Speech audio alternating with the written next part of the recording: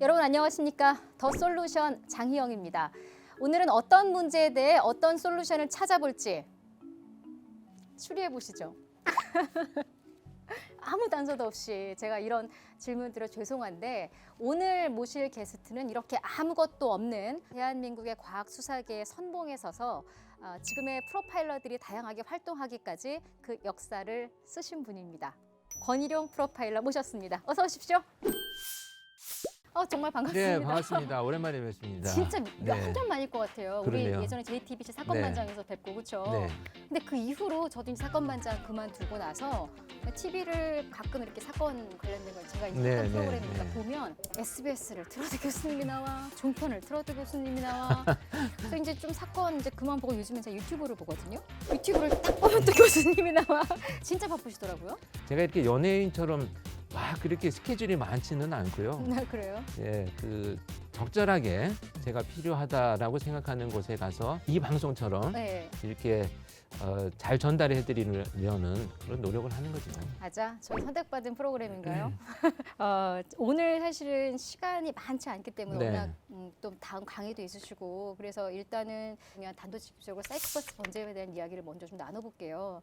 그냥 얼핏 지금 떠오르는 사건은 최근 사건이라면 올 초부터 이제 이슈가 됐었던 그 김태현 네. 새 모녀 살인 사건. 정말 끔찍한 사건이죠. 제가 1심 선고까지 네. 받고 보고 방송에 들어왔는데 그런 범죄는 아주 특이한 케이스인가요? 아니면은 그런 것들이 사실 종종 우리가 우려해야 되는 케이스인가요?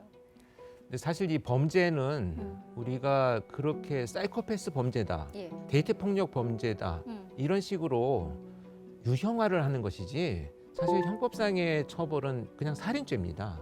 왜 이것이 우리가 지금 정의되어야 되냐면 예. 어떤 이유로 이런 사건이 벌어졌느냐를 알기 위해서 그렇게 명칭을 앞에 자꾸 붙이기 시작을 했어요. 네, 네. 이게 예전에는 없던 현상이거든요. 혹시 장 교수님은 사이코패스를 그동안 살아오면서 한번 만나보신 적이 있으실까요? 설마요. 네, 그러니까 사이코패스를 한 번도 못 만나보셨다는 그렇죠. 거죠? 예. 아니에요. 사실은 여러 차례 제가 만났다는 짐작을 할 수가 있습니다. 제가요? 제가요? 이 사이코패스가 우리 사회에서 갖고 있는 오해가 굉장히 커요. 그러니까 사이코패스는 반드시 연쇄살인범이다, 강력범죄를 저지르는 자다 이렇게 알고 계시는데 전체 사이코패스가 다 연쇄살인과 강력범죄를 저지르지는 않아요. 그래서 예. 반드시 연쇄살인범이 사이코패스다라고 하는 공식은 없습니다. 혹은 사이코패스가 모두 연쇄살인범이다라는 공식도 없고. 없어요. 네.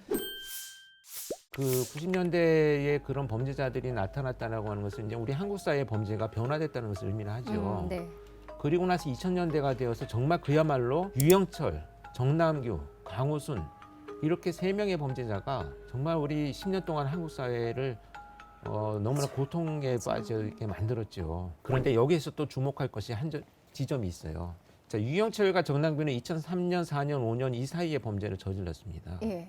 그리고 2007년부터 2009년까지가 강호순의 범죄인데 이 유영철, 정남규의 범죄와 강호순의 범죄는 또 달라요. 그래요?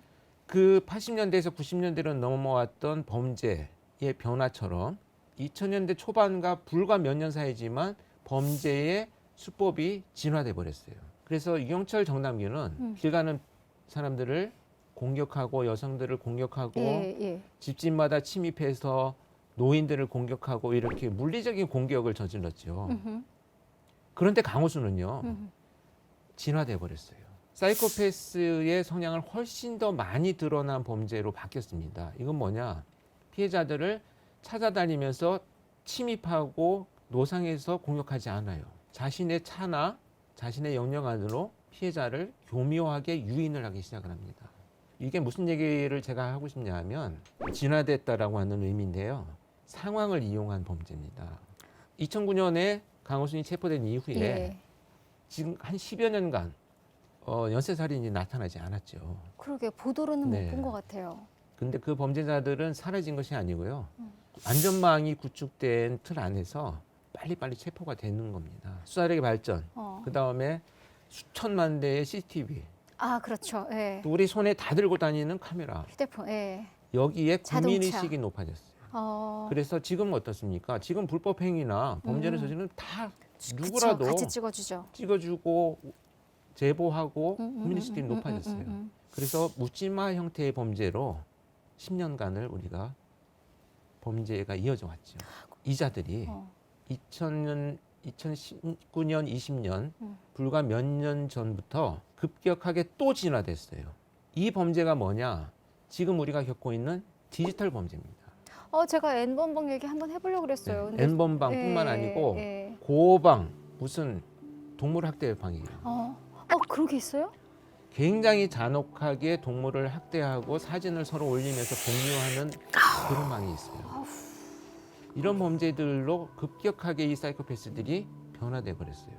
그래서 우리 사회는 거기에 근데 이제는 예. 물리적인 공격을 하는 범죄가 아니고 정서적 학대나 심리적인 공격을 통해서 사람들을 죽게 만들고 엄청난 돈을 벌어들이는 범죄로 갑자기 변화되고 진화를 해버렸다는 것이 현대 사회에 우리가 직시해야 될 관점입니다. 9월 말부터 시행이 되고 있는 법 중에 하나가 그런 성착취물, 아동 성착취물을 만들어서 배포하고 판매하고 이렇게 제작하는 그 사이트에 경찰관들이 위장 잠입을 할 수 있어요. 네. 이게 예전에는 불법이었어요. 불법 수집된 증거여서 인정을 안 했는데 적절한 절차를 거쳐서 이 수사가 필요하다고 판단이 되면 경찰관들이 위장 잠입을 해서 가입을 해요.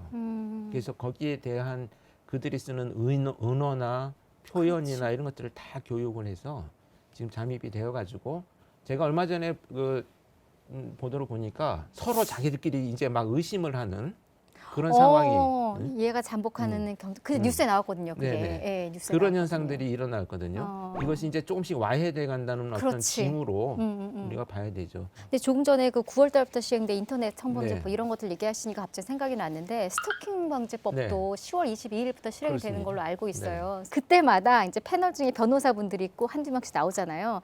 변함없이 변호사들이 하는 말이 그거였어요. 지금 이 법이 국회에 계류된 게 20년째. 그러니까요. 22년이나 됐더라고요. 근데 아직도 안 되고 있다 이러면서 그냥 멀리서 이렇게 가만히 지켜만 보는 게 얼마나 큰 두려움인지 왜 사회가 안 알아주냐 이런 말을 했는데 그게 드디어 통과가 됐더라고요. 그건 네. 의미 있게 그럼 보세요. 긍정적으로. 굉장히 긍정적인 의미로 아, 당연히 그래요? 보죠. 예, 예. 그런데 조금 아쉬운 것은 네.